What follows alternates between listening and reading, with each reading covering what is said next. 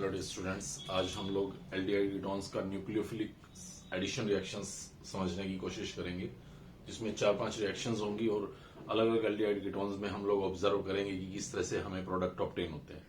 तो हम लोग सबसे पहले जो एक न्यूक्लियोफाइल सेलेक्ट कर रहे हैं वो HCN सेलेक्ट कर रहे हैं, हाइड्रोजन साइनाइड। ये एक कार्बोनिल कंपाउंड ले लिया है, कोई भी ले सकते हैं आप। फॉर्मेल्डिहाइड ले सकते हैं, 2H लगा दीजिएगा, इथेनॉल, प्रोपेनॉन, कोई भी एल्डिहाइड या कीटोन लें आप, उसके अंदर HCN को डालिए, H positive CN negative. Basic medium में जनरली ये रिएक्शन कराई जाती है, तो NaH की प्रेजेंस में मैं ये रिएक्शन करा रहा हूं, सो दैट OH नेगेटिव इसके H को आउट करके CN नेगेटिव जनरेट करेगा और ये न्यूक्लियोफाइल की फॉर्म में यहां इस कार्बन पे अटैक करेगा। रिजल्टिंग हमारे पास CO नेगेटिव CN। फिर ये जो नेगेटिव पार्ट है ये HCN के H प्लस पे जाएगा, उस H प्लस को एक्सेप्ट करेगा और हमें देगा ये प्रोडक्ट, जहां एक कार्बन के साथ OH और CN ग्रुप लगे हुए हैं। इस पर्टिकुलर प्रोडक्ट को बोलते हैं सियानोहाइड्रिन।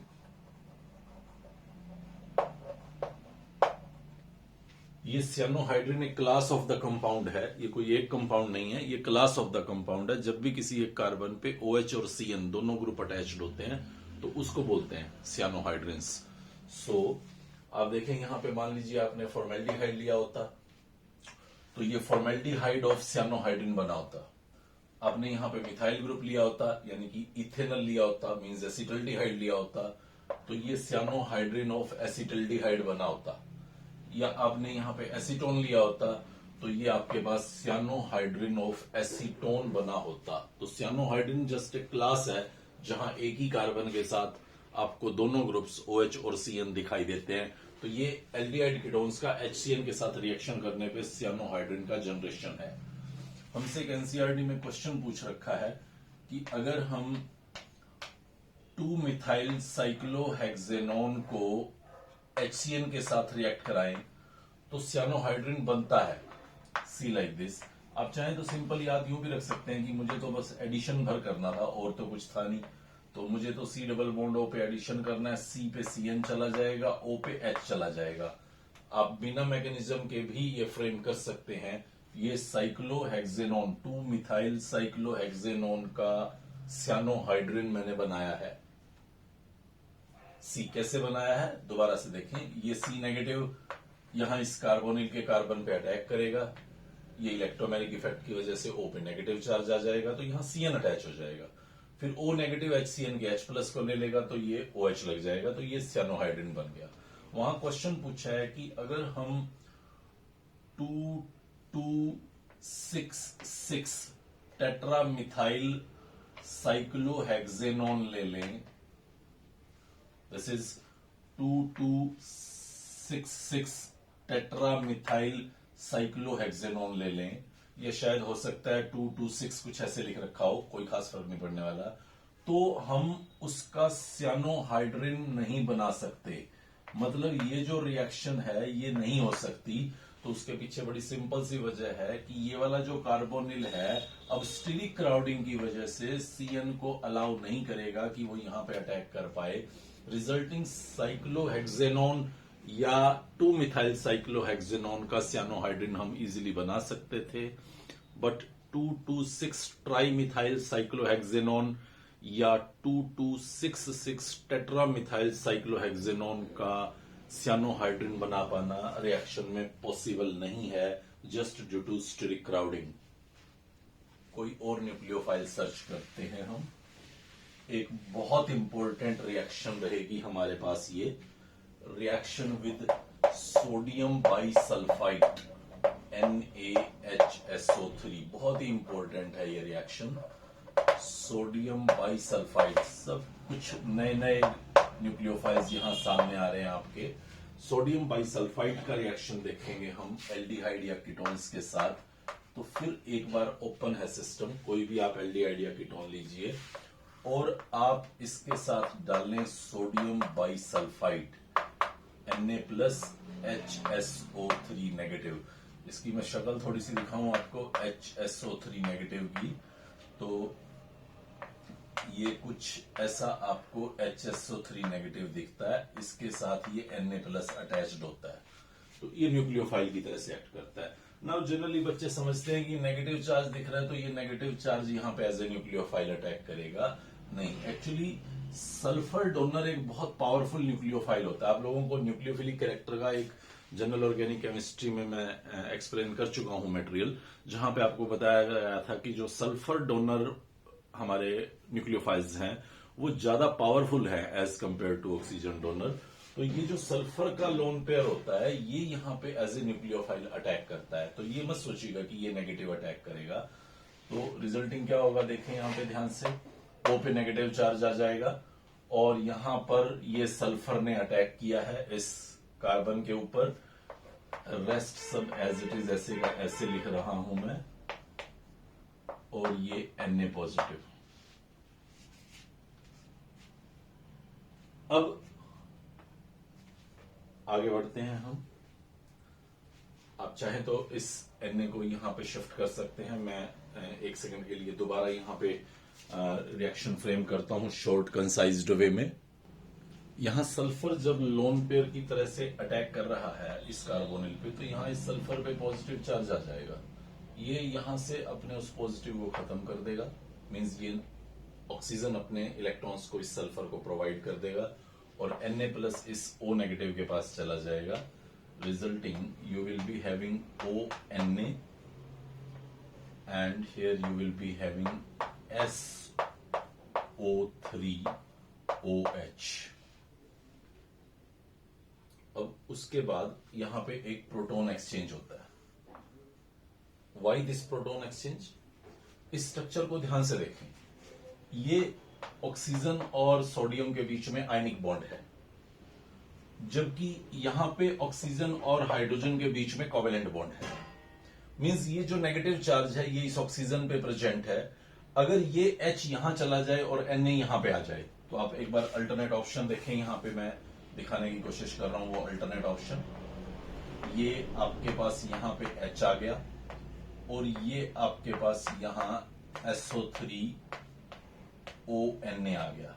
Just I have exchanged the proton exchange कर दिया मैंने, एक पोजीशन से दूसरी जगह पे प्रोटोन एक्सचेंज कर दिया just to attain the stability. See here, अब ये जो नेगेटिव चार्ज है ये आयनिक नेगेटिव चार्ज यहां 3 ऑक्सीजन पे घूम रहा होगा अपने रेजोनेंस की वजह से। मतलब ऑक्सीजन पे नेगेटिव चार्ज की डेंसिटी सिर्फ 33% होगी, जबकि अगर यहां पे मैं नेगेटिव रखता हूं तो ये आपका 100% नेगेटिव चार्ज इस ऑक्सीजन पे होता है, जो हाईली अनस्टेबल होता। तो अपने अंदर स्टेबिलिटी लाने के लिए ये इस तरह से प्रोटॉन एक्सचेंज कर लेता है और हमारे सामने ये एक पर्टिकुलर प्रोडक्ट देगा। एक बार दोबारा से रिएक्शन को नजर डालें आप। ये मैंने कोई एल्डिहाइड या कीटोन लिया हुआ था। ये NaHSO3 है, जहां सल्फर एज ए न्यूक्लियोफाइल इस कार्बन पे अटैक करता है। सल्फर ने कार्बन पे अटैक किया तो कार्बन सल्फर पे पॉजिटिव चार्ज आ गया। इस पॉजिटिव को खत्म करने के लिए यहां से ये पाई इलेक्ट्रॉन्स आ रहे हैं, रिजल्टिंग Na+ इस O नेगेटिव पे शिफ्ट हो रहा है। फिर ये Na और ये H proton exchange, position exchange करते हैं। ये प्रोटॉन इस O पे चला जाता है और Na+ यहां आ जाता है। और ऐसा होना क्यों है? क्योंकि इसके होने से स्टेबिलिटी बढ़ती है। सिर्फ इस स्टेबिलिटी को बढ़ाने के लिए ही उसने ऐसा किया है। एक सेपरेट एग्जांपल देखें आप, मैं पहले भी एक दिन करा चुका हूं ये पॉइंट। सपोज मेरे पास ये एक पर्टिकुलर मॉलिक्यूल है जहां ये C double bond O negative carboxylate part दिखा रखा है, ये ऑक्साइड पार्ट दिखा रखा है, ऑक्सीजन पे नेगेटिव चार्ज। सो अब अगर मुझे एक पॉजिटिव बॉडी डालनी है आयनिक और एक बॉडी डालनी है लेट मी कॉल प्रोटॉन, तो ये प्रोटॉन डेफिनेटली इस जगह पे जाएगा, यहां सोडियम आयन जाएगा। इससे अपोजिट हो ही नहीं सकता, क्योंकि यहां अगर मैं सोडियम आयन भेजता हूं तो ये नेगेटिव चार्ज रेजोनेंस स्टेबलाइज्ड है तो 50% नेगेटिव डेंसिटी है। लेकिन अगर मैं यहां पे H भेज देता हूं तो ये कोवेलेंट बॉन्ड है, यहां नेगेटिव चार्ज नहीं है। अब ये नेगेटिव आयन 100% यहां पे है, तो नेगेटिव आयन चार्ज्ड होना स्टेबिलिटी को डिक्रीज कर रहा है। इसलिए वो अपने अंदर मोर स्टेबिलिटी लाने के लिए कुछ इस तरह से सोडियम आयन को यहां शिफ्ट करेगा और H+ को यहां पे शिफ्ट करेगा। यही एक ऑप्शन रहता है और इसी वजह से आप यहां समझ सकते हैं कि O को अपना नेगेटिव खत्म करना था या मिनिमम करना था तो उसने H को फेवर किया, जबकि ये नेगेटिव रेजोनेंस स्टेबलाइज था तो उसने सोडियम को फेवर करके अपनी स्टेबिलिटी को मैक्सिमम रखने की कोशिश की। तो मैं एक बार दोबारा से रिएक्शन अब विदाउट मैकेनिज्म आपको रिप्रेजेंट करके दिखाता हूं कि आपको किस तरह से रिएक्शन दिखाई देगी। ये हमारे पास वो कार्बोनिल है और इसके अंदर मैं डाल रहा हूं HSO3 नेगेटिव Na पॉजिटिव। ये मिनिमम विदाउट मैकेनिज्म समझने के लिए मैं दोबारा से दिखा रहा हूं। ये इसके ऊपर अटैक करेगा, रिजल्टिंग O पे नेगेटिव चार्ज और उसके साथ Na+, जैसा कि हम नॉर्मली करते थे। नेगेटिव बॉडी को कार्बन पे लेके जाते थे, पॉजिटिव को O पे लेके जाते थे। तो बिल्कुल वही दिखाने की कोशिश कर रहा हूं यहाँ पे। अगर आपको वो स्ट्रक्चर वाला पार्ट थोड़ा अटपटा लगे तो आप इसको भी फॉलो कर सकते हैं। ये देखिए SO3H नेगेटिव पार्ट इस कार्बन पे चला गया और Na+O के पास चला गया। फिर उसके बाद इसमें एक फास्टली प्रोटॉन एक्सचेंज हुआ जस्ट टू मैनेज स्टेबिलिटी, जिसकी वजह से ये H यहां पहुंच गया और SO3Na यहां पे आ गया। अब आप समझ सकते हैं कि ये जो नेगेटिव यहां पे आया, अगर मैं यहां नेगेटिव रखे रखता तो ये 100% नेगेटिव यहां पे होता, लेकिन यहां पे मैं जब रखे हुए हूं तो ये 3 ऑक्सीजन पे डिलोकेलाइज्ड है, जिसकी वजह से एक्स्ट्राऑर्डिनरी स्टेबल है। तो प्रोडक्ट अपने अंदर एक्स्ट्राऑर्डिनरी स्टेबिलिटी लाने के लिए ये प्रोटॉन एक्सचेंज कर रहा है। ये जो पर्टिकुलर कंपाउंड बना है जनरली ये सॉलिड फॉर्म में वहां पे हमें प्रोडक्ट की फॉर्म में नजर आता है, व्हाइट प्रेसिपिटेट्स की फॉर्म में नजर आता है। तो हमारे लिए ये सोडियम बाइसल्फाइड एक डिस्टिंग्विशिंग रीजेंट का काम भी करता है। मतलब अगर मुझे किसी भी एल्डिहाइड या कीटोन को किसी दूसरे फंक्शनल ग्रुप से डिस्टिंग्विश करना है तो मैं सोडियम बाइसल्फाइड की हेल्प ले सकता हूं। लाइक मुझे ये कहा गया कि इथेनॉल और इथेनॉल को डिस्टिंग्विश कीजिए, तो मैं दोनों में सोडियम बाइसल्फाइड डाल दूंगा। सोडियम बाइसल्फाइड सिर्फ एल्डिहाइड कीटोन्स के साथ ही रिएक्शन करने वाला है, इसीलिए मैंने बोला कि वो डिस्टिंग्विशिंग रीजेंट है। वो आपको इजीली बता देगा कि जहां व्हाइट प्रेसिपिटेट आ रहे हैं वो डेफिनेटली एल्डिहाइड है। एक और इंपॉर्टेंट बात सुनिए, यहां पे अगर मैं H लगा रहा हूं या कोई R लगा रहा हूं, रिएक्शन बड़ी मजे से चलती है। लेकिन अगर मैं यहां पे एल्काइल इथाइल से बड़े लगा दूं, मैं अगर यहां पे एल्काइल्स इथाइल से बड़े लगा दूं तो ये रिएक्शन बिल्कुल भी नहीं हो पाती। मतलब आपको व्हाइट प्रेसिपिटेट्स नजर नहीं आएंगे अगर यहां पे एल्काइल इथाइल से बड़े लगा दिए गए हैं, जस्ट बिकॉज ये न्यूक्लियोफाइल बहुत ही बड़ा है, बहुत ही हैवी है। और उस हैवी न्यूक्लियोफाइल को ये ग्रुप्स जो यहां लगा रहा हूं मैं, वो स्टेरिक क्राउडिंग प्रोवाइड करेंगे, जिसकी वजह से न्यूक्लियोफाइल यहां अटैक कर ही नहीं पाएगा। यानी कि हैवी अगर एल्काइल ग्रुप्स कीटोन के साथ लगे हुए हैं तो सोडियम बाइसल्फाइड का लिमिटेशन है कि वो वहां पे अटैक कर ही नहीं पाएगा। नेक्स्ट रिएक्शन की तरफ आगे बढ़ते हैं और नेक्स्ट रीजेंट जो मैं यहां चूज करने वाला हूं वो हम लोग पढ़ चुके हैं, तो हम ज्यादा लंबा डिस्कशन उस पर नहीं करेंगे। ये मैंने वही कार्बोनिल एल्डिहाइड कीटोन में से कोई भी आप चूज करें, और मैं यहाँ पे ग्रिग्नार्ड रीजेंट को लेके आया हूं अटैक कराने के लिए, जो कि एक अच्छा न्यूक्लियोफाइल रहता है। तो ये यहाँ पे क्या करेगा, ये हमने अल्कोहल बनाने के लिए रिएक्शन पढ़ी हुई है।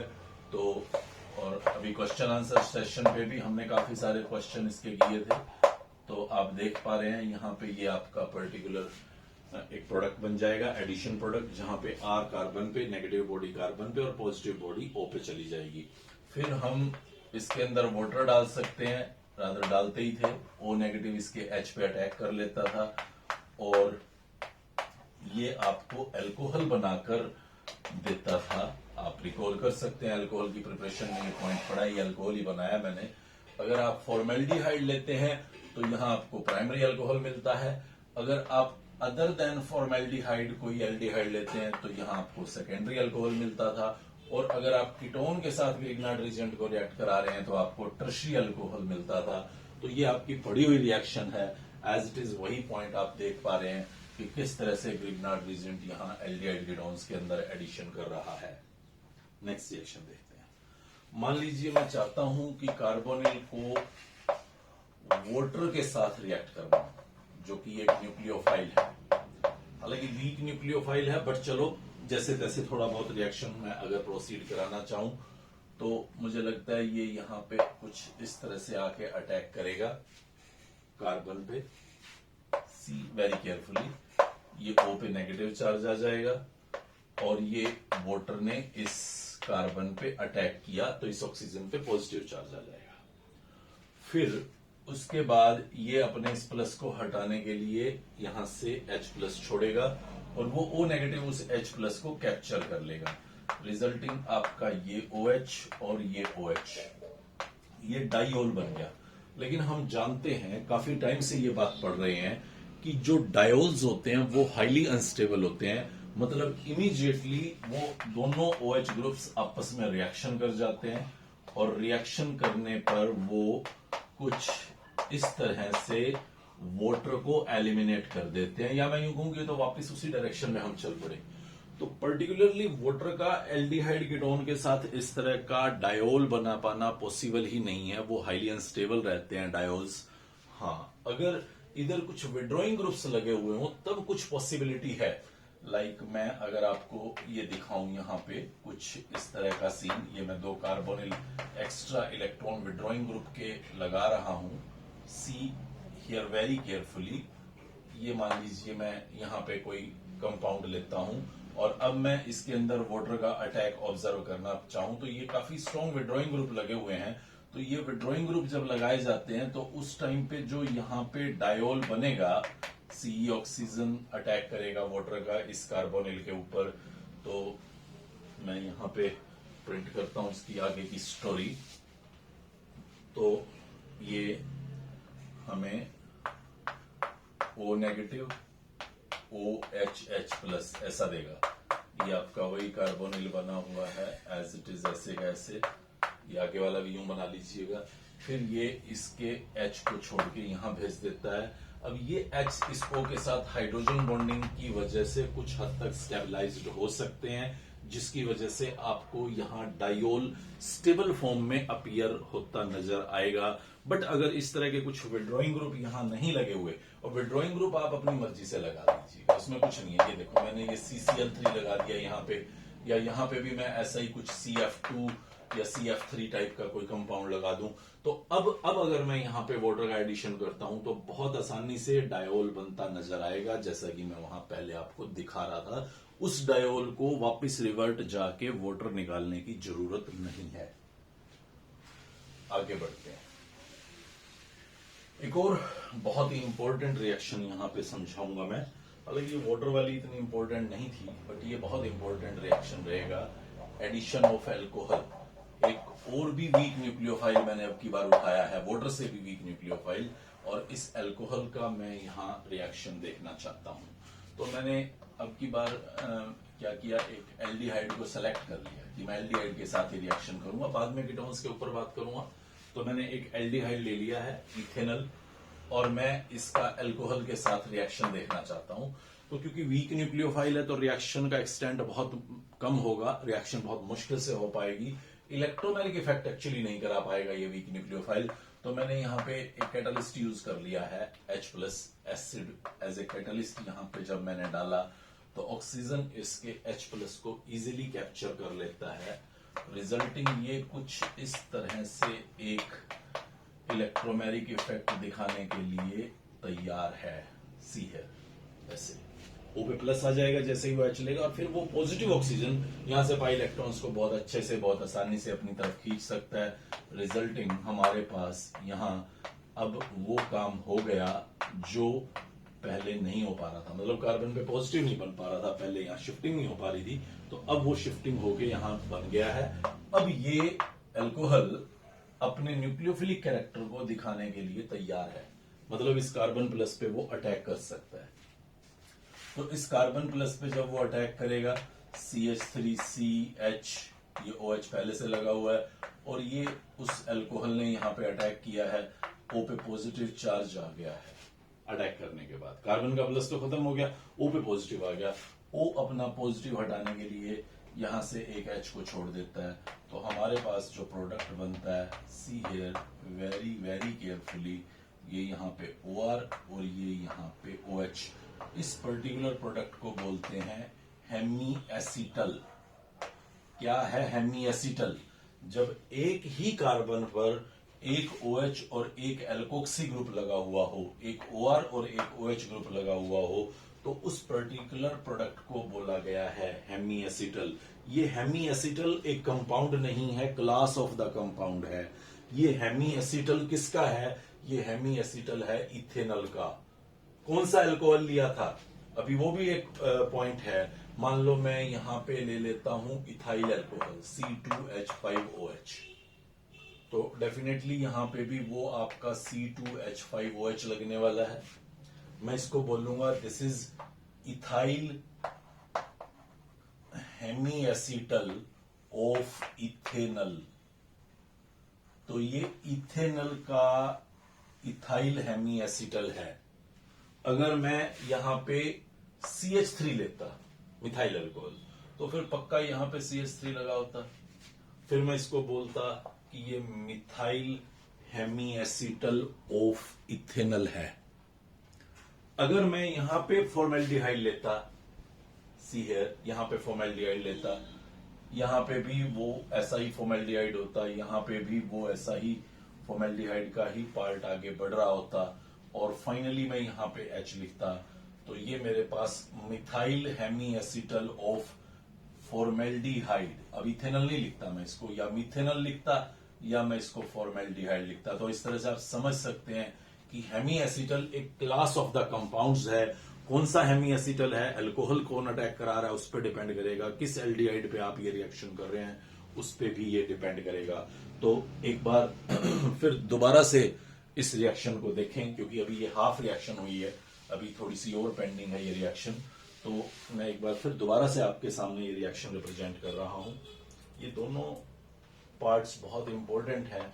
तो मैं क्या कर रहा हूं, अब की बार फॉर्मेल्डिहाइड से शुरू कर रहा हूं, और मैं यहां पे अल्कोहल ले रहा हूं।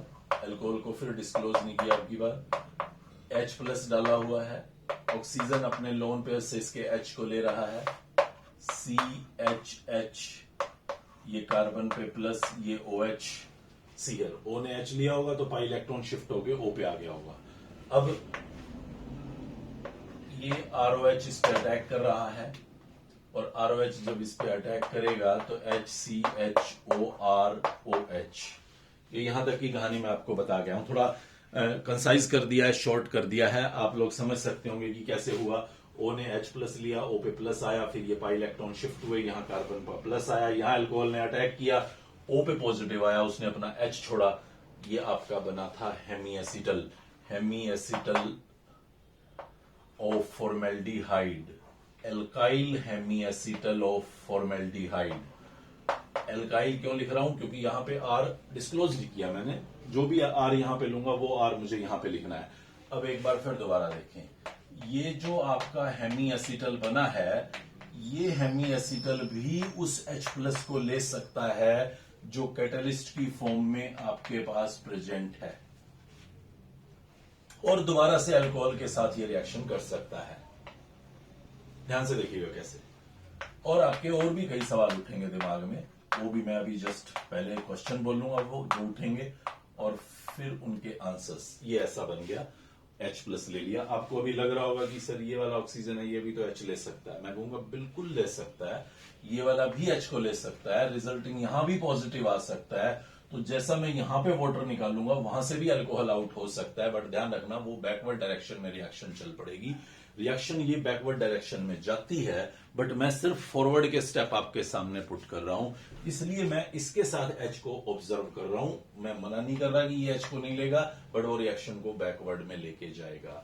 चलिए फॉरवर्ड में बढ़ते हैं। ये यहां से वाटर आउट हो जाएगा, और वाटर आउट होने के बाद आपका ये बन गया CHHOR, और यहां पॉजिटिव आ गया।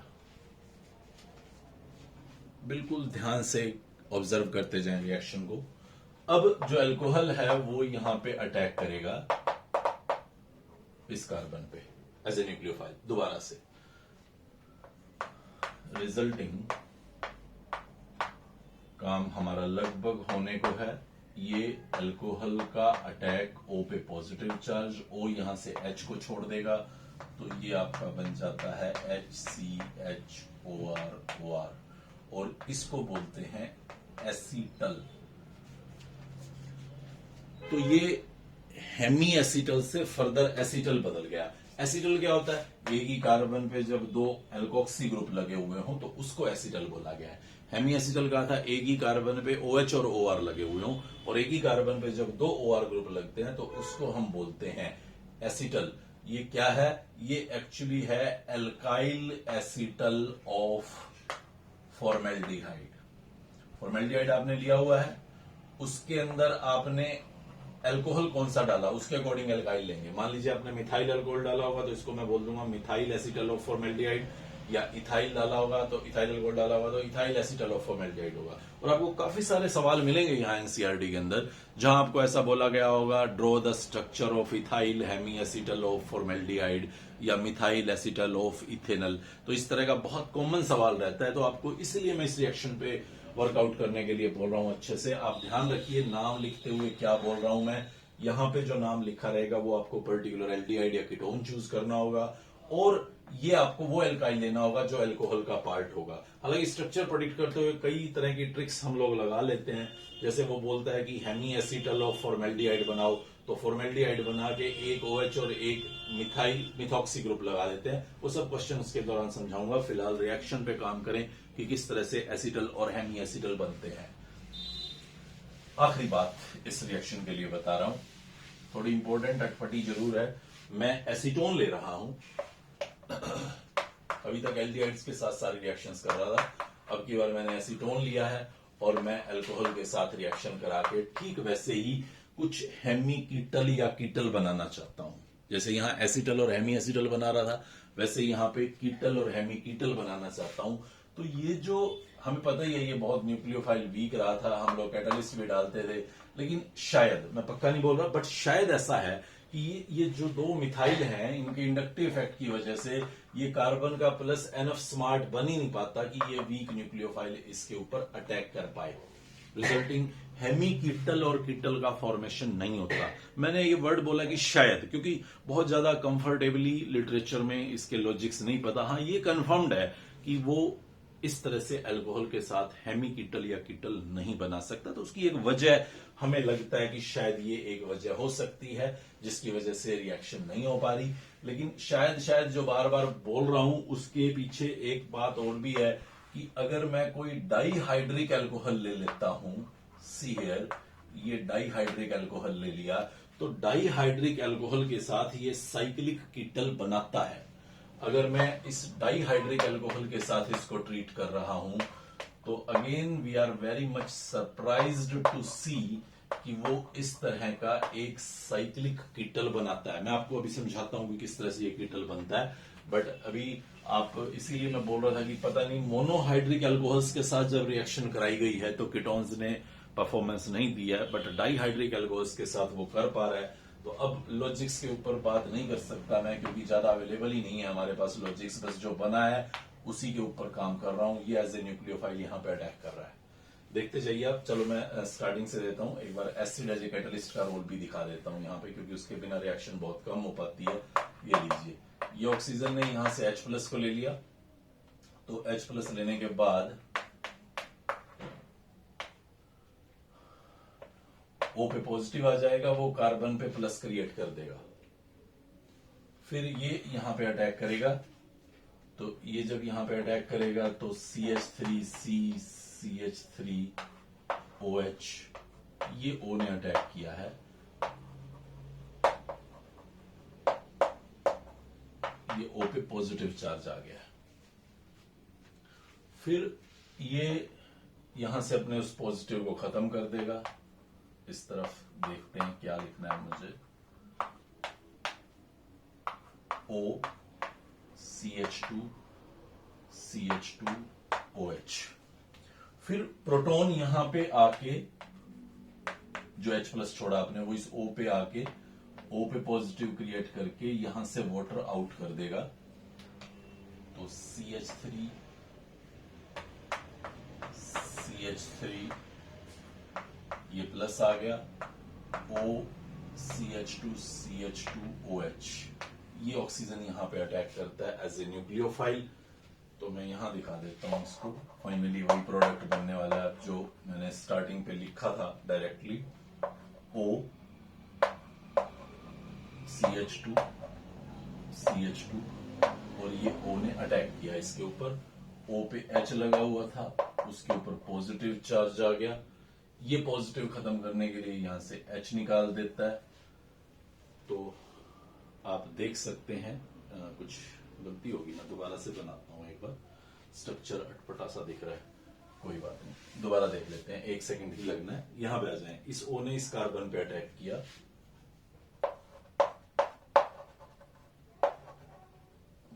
इस ऑक्सीजन ने इस कार्बन पे अटैक किया है। ये लीजिए, ये CH2, ये CH2, ये O, और ये इसके साथ अटैक। अब सही है। अब O पे प्लस आया है तो वो प्लस हटा देगा अपने इस H प्लस को रिलीज करके। और ये जो आपके सामने प्रोडक्ट दिख रहा है, ये एक्चुअली साइक्लिक कीटल है। हेमी कीटल पे तो रिएक्शन रुकी नहीं, ये साइक्लिक कीटल है। तो इस तरह से आप साइक्लिक कीटल तो कीटोन्स में बनते पाते हैं, लेकिन हेमी एसिटल की तरह से हेमी कीटल और कीटल बनते नहीं पाते मोनोहाइड्रिक अल्कोहल्स के साथ। ये सब रिएक्शंस जितने भी हमने पढ़ी हैं वो सब न्यूक्लियोफिलिक एडिशन रिएक्शंस थी एल्डिहाइड कीटोन्स में, जो इंपॉर्टेंट हमारे सिलेबस का पार्ट रहेंगी। ज्यादातर हमें क्वेश्चंस के अंदर इन्वॉल्व होती नजर आएंगी। नेक्स्ट लेक्चर के अंदर हम फिर इसी टाइप की रिएक्शंस को आगे बढ़ाएंगे, जहां पे nucleophilic addition followed by elimination in reactions के ऊपर वर्कआउट करेंगे। Good bye.